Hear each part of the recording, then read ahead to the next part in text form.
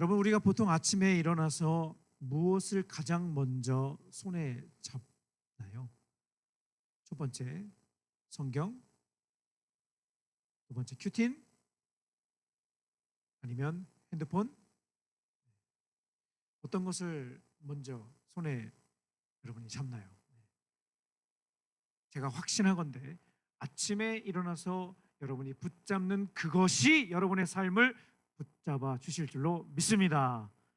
아멘. 네. 자, 목사님, 저는 일어나자마자 성경책을 손에 잡습니다. 손 한번 들어. 네, 큐틴을 손에 잡습니다. 큐틴을 저는 항상 머리맡에 두고 잡니다. 가끔 이런 친구 있어. 나 진짜 들었어. 아침에 일어나자마자 큐티 하려고 습관처럼 하기 위해서 가장 가까운 곳에 두고 잔다고 하는 친구도 제가 아주 먼 옛날 들었어. 네. 네. 자, 세 번째. 네. 이건 아무로 봐도 모두가 그렇게 하고 있는 것으로 알고, 아침에 일어나면 뭐 여러 가지 이유로 스마트폰을 손에 잡죠. 그런데 일어나자마자 뭐 DM 메시지 확인하고 뭐 카톡도 보고, 물론 우리 하이3M 방에 있는 친구들은 아침마다 그날 큐티 말씀으로 함께 기도문을 나누고 함께 응원하는 또 메시지가 또 담겨져 있기 때문에 물론 카톡을 열어야 되긴 하죠. 그렇죠? 그 바쁜 아침에 인스타그램 열고 또 메시지 확인하고, 학교 가는 길에도 그 분주한 아침에 릴스, 쇼츠 영상을 엄청 많이 봐요. 그렇죠? 학교 가면 못 보니까. 그렇죠? 그 바쁜 아침에 뭐 부모님이 여러분 학교에 태워다 주시기도 하지만 대중교통을 이용하는 친구들은 여러분 그 시간, 여러분 등교하는 시간에 많은 친구들이 비슷한 시간에 이렇게 함께 그 지하철에 타거나 버스에 타잖아요. 그렇죠? 그 어수선한 분위기에서도 핸드폰을 손에 꼭 쥐고 꼭 뭐 이거를 뭐 숙제처럼 이렇게 확인하고 보는 친구들이 있는 것 같아요. 그냥 습관적으로 또 재미로 뭐 시간 때우기로 본다고는 하지만 여러분 그거 알아요? 그것들을 막 넘기는 순간 우리 마음속에 무슨 생각이 드는가 하면 화려해 보이는 다른 사람의 일상에 내 평범한 현실을 비교하게 된다는 거예요. 여러분 그거 경험하지 않나요? 그리고 모두가 알고 있는 것처럼 여러분 다른 사람들이 친구들이 올려놓는 그 게시물들은요 편집이 된 거예요. 그리고 필터로 예쁘게 포장이 된 거예요. 그렇죠? 누가 그냥 생얼 올리는 친구 있어? 없죠. 다 아마 필터 어플 다 하나씩 갖고 있잖아요. 그렇죠? 다 포장이 되어 있고 그럴싸하게 바뀌어진 그런 이미지들을 보면서 나는 무슨 생각이 드는가 하면, 나는 왜 이게 없지? 나는 왜 이거밖에 안 되지? 라고 생각을 한다는 거죠. 마음이 다운되는 느낌 자주 받을 거예요. 이것은 부인할 수 없는 사실인 것 같아요.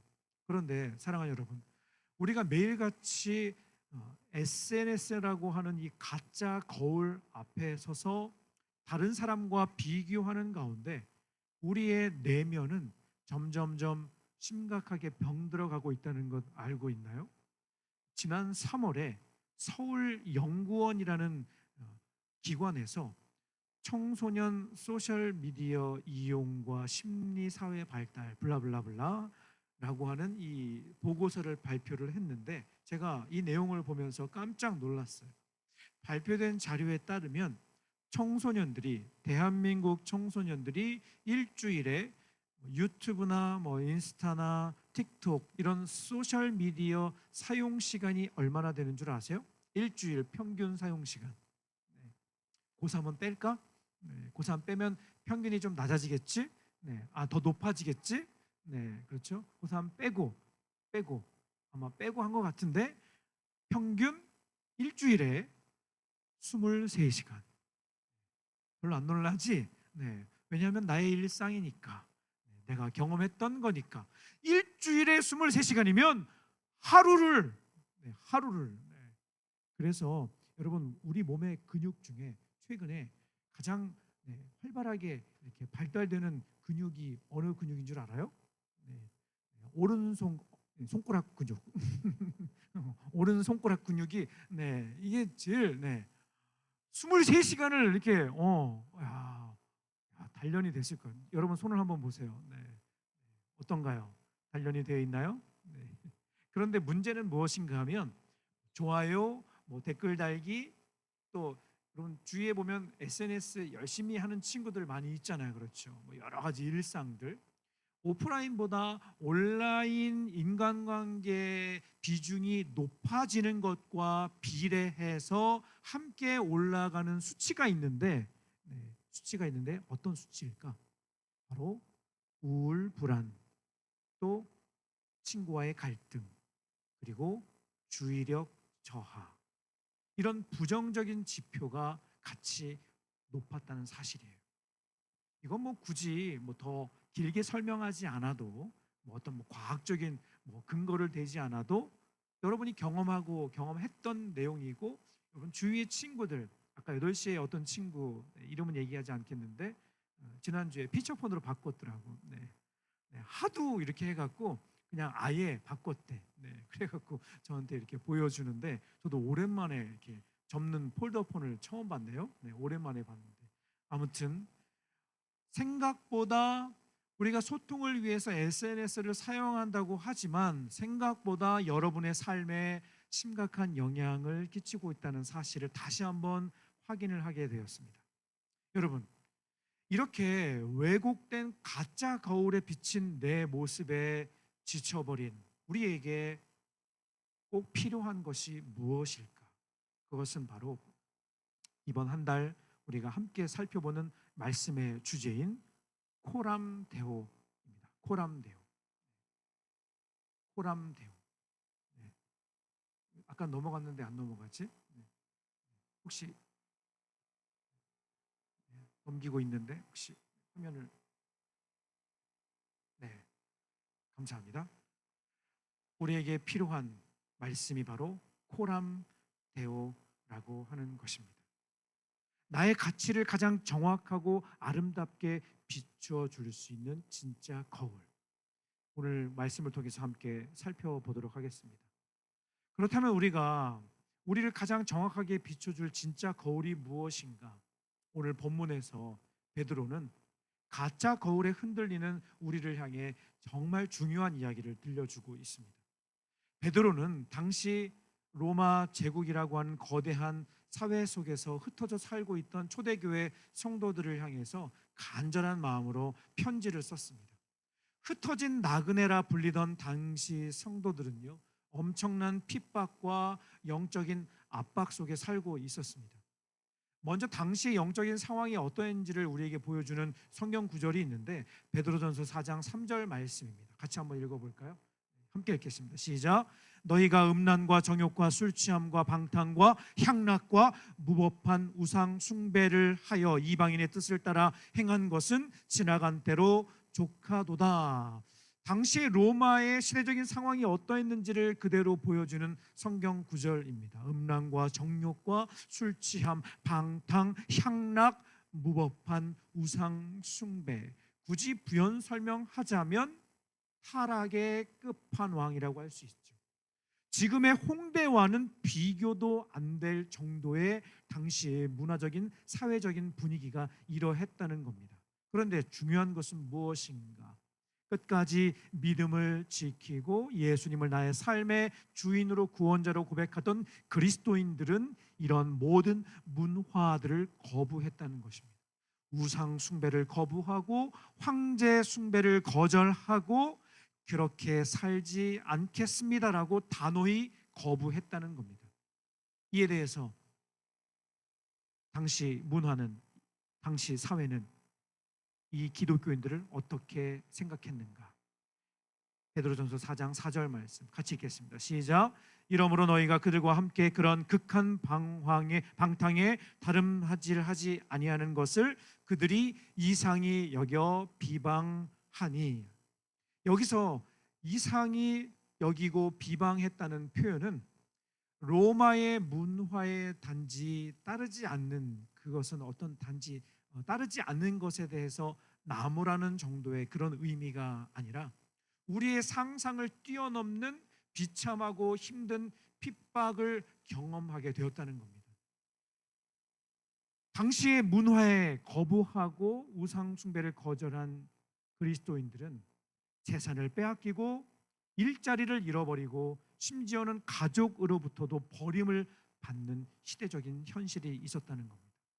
당시 로마 사회는 가부장의 권력이 절대적이었기 때문에 여러분, 황제 숭배를 거부하고 기독교인으로 개종한 자녀가 있다면, 가족이 있다면 그들은 모두 가족에서 제외가 되었어요. 버림받은 존재가 되었다는 거예요. 죽은 사람 취급을 했다는 거예요. 더 나아가서 역사에도 기록되어 있는 것처럼 로마 황제 네로, 여러분 잘 알고 있죠?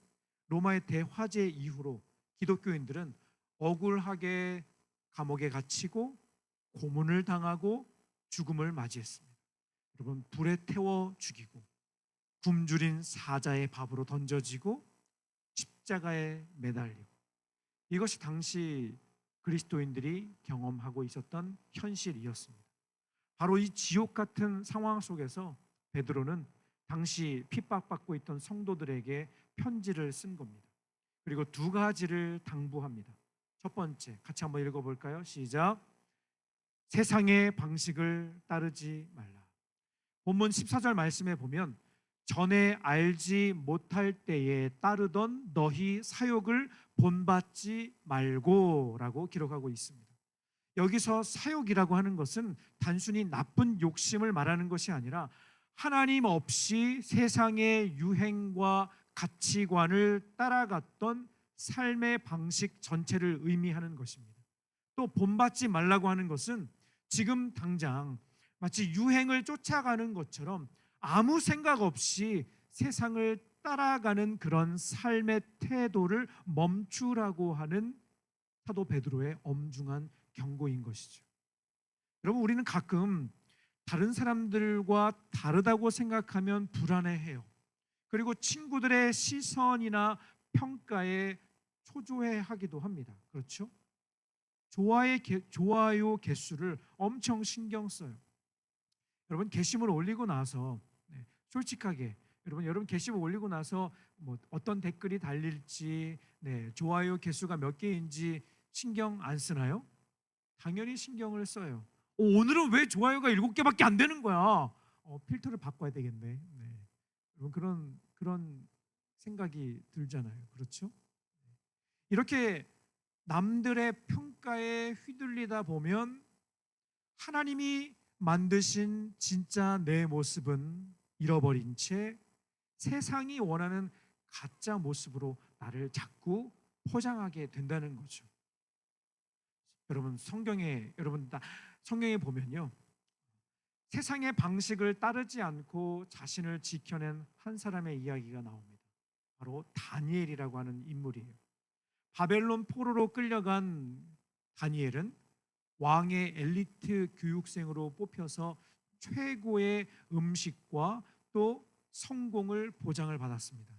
요즘으로 치면요, 대기업 특급 스카우트 제안을 받은 거예요. 여러분이라면 어떻게 했어요? 여러분, 대학 입시를 이제 준비를 하고 있는데, 그럼 지금의 성적과 상관없이 그냥 너무 잘생겼어, 너무 똘똘해 보여, 그래서 그냥 미리 합격증을 주는 거야. 그런데 조건이 있어. 조건이 있어. 세상의 가치관, 세상의 문화, 그리고 세상이 정해놓은 기준을 따라야 돼. 당시 바벨론 포로로 끌려간 다니엘은 왕이 베푸는 음식을 먹어야 했습니다. 그런데 그는 어떻게 하죠? 이렇게 반응합니다. 다니엘 1장 8절 말씀 시작. 다니엘은 뜻을 정하여, 함께 읽겠습니다. 시작. 다니엘은 뜻을 정하여 왕의 음식과 그가 마시는 포도주로 자기를 더럽히지 아니하리라 하고 자기를 더럽히지 아니하도록 환관장에게 구하니. 이런 이 말씀에 뜻을 정했다라고 하는 이 문장을 우리가 잘 살펴보아야 될 것 같아요. 뜻을 정하여라고 하는 이 한 문장은요, 다니엘의 인생 전체를 결정을 했습니다. 여러분, 왕의 음식은 단순히 먹지 말아야 할 금지된 음식이 아니었습니다. 이것은 바벨론의 문화 전체, 세상의 가치관을 의미하는 것이었어요. 그러므로 다니엘이 그 음식을 먹지 않겠다고 결단한 것은 목숨을 건 거절이었다는 거죠. 출세의 기회를 거절한 것입니다. 안락한 삶을 거절한 것입니다. 하지만 그 거절 속에는 세상의 기준을 따르지 않지만 나는 누구의 말씀을 따라? 하나님의 말씀을 따라. 그렇습니다.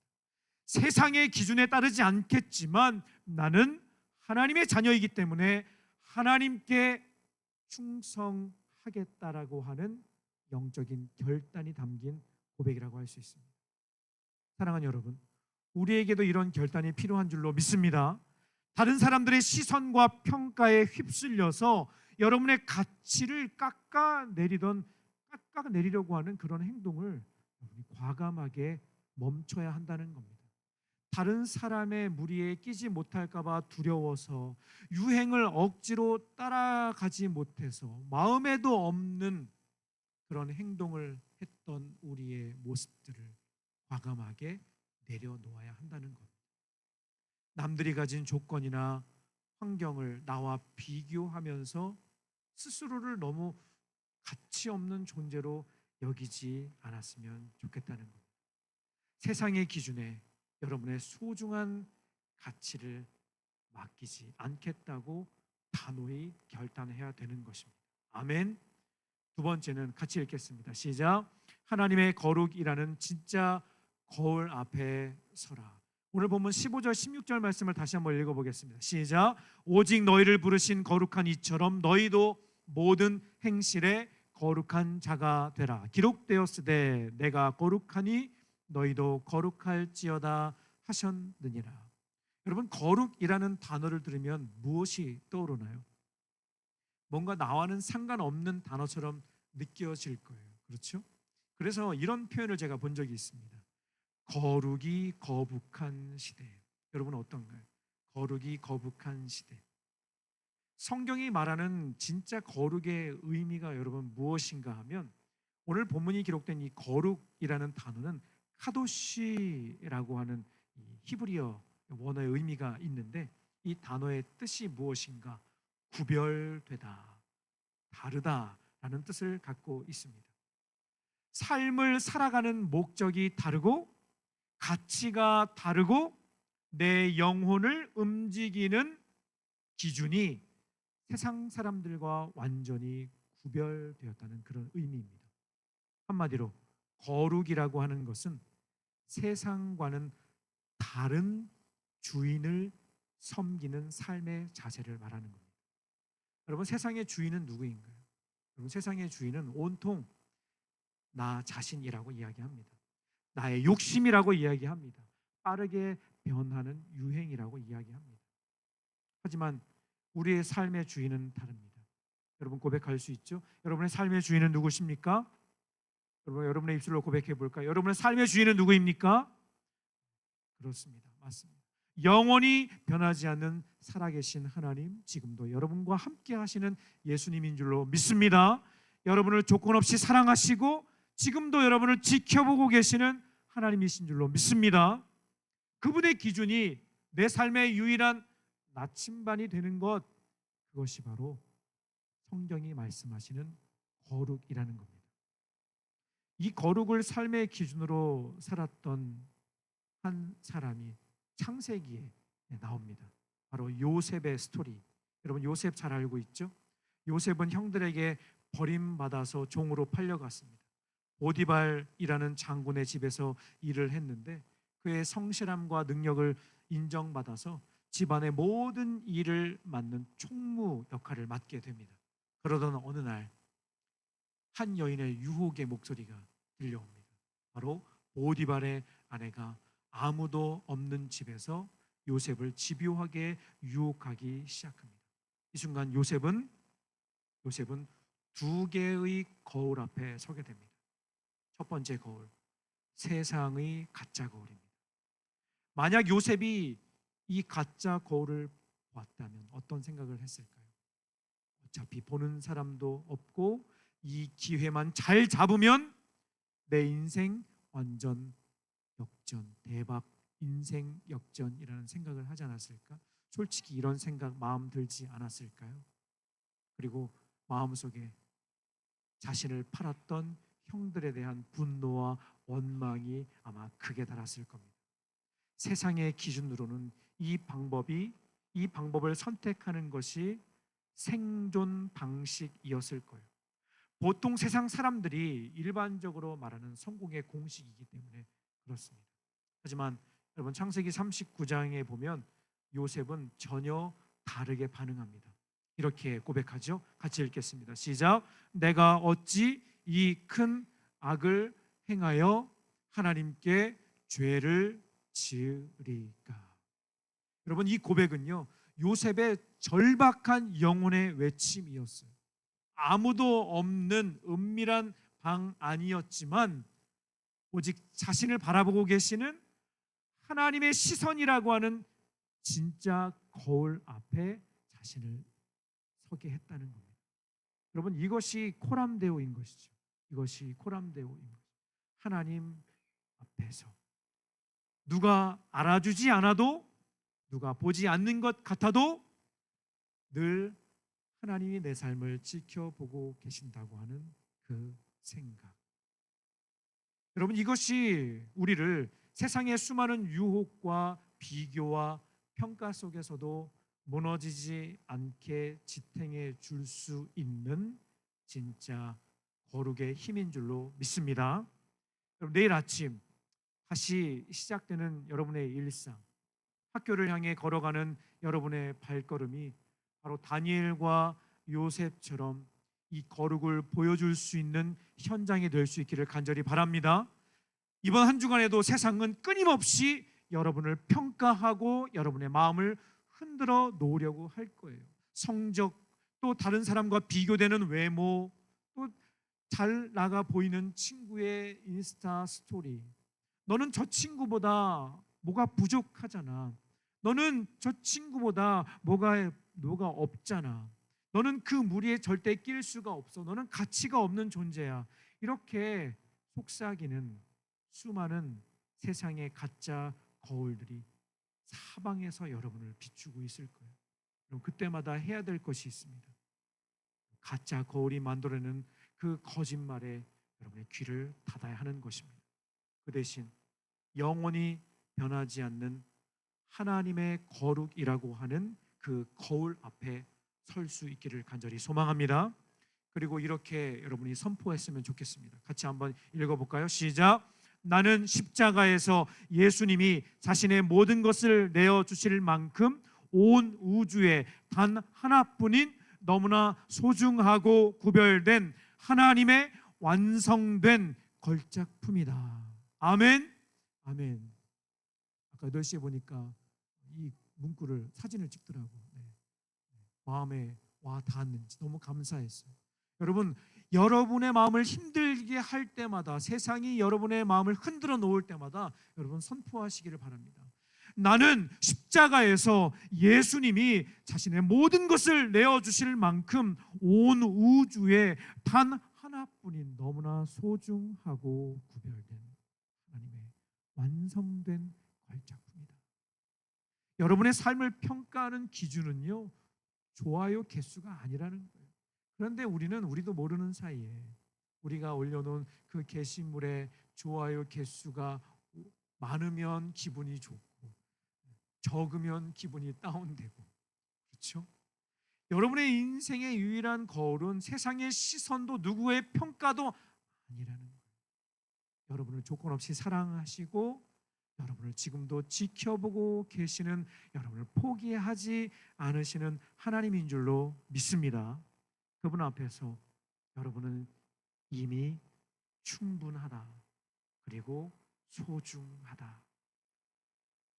여러분 누구의 허락을 받지 않아도 여러분은 가치 있는 존재인 줄로 믿습니다. 아멘. 말씀을 정리하겠습니다.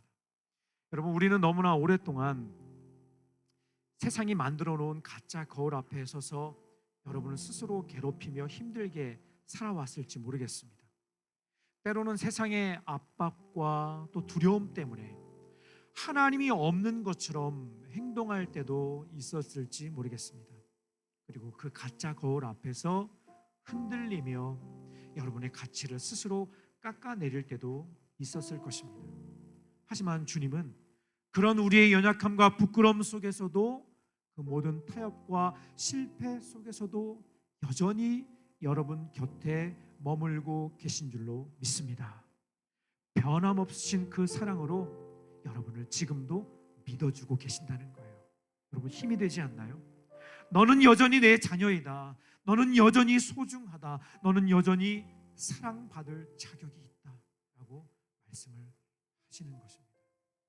여러분, 이제는 아침에 눈을 뜨면 세상의 가짜 거울을 보기 전에 여러분을 향한 하나님의 완벽한 사랑이 담긴 그 말씀이라는 진짜 거울 앞에 서기를 바랍니다. 그리고 이번 한 주간 당당하게 선포했으면 좋겠습니다. 마지막으로 이 선포하고 우리 찬양할까요? 같이 읽겠습니다. 시작. 나는 세상의 기준이 아닌 하나님의 거룩으로 사는 사람이다. 나는 남의 판단과 평가에 흔들리지 않겠다. 나는 코람데오의 사람이다. 하나님 앞에서 정직한 사람이다. 여러분, 이렇게 당당하게 선포하고 승리를 경험하는 우리 모두가 되기를 간절히 바랍니다. 아멘. 자리에서 다 같이 일어나 우리 함께 찬양하고 함께 기도하도록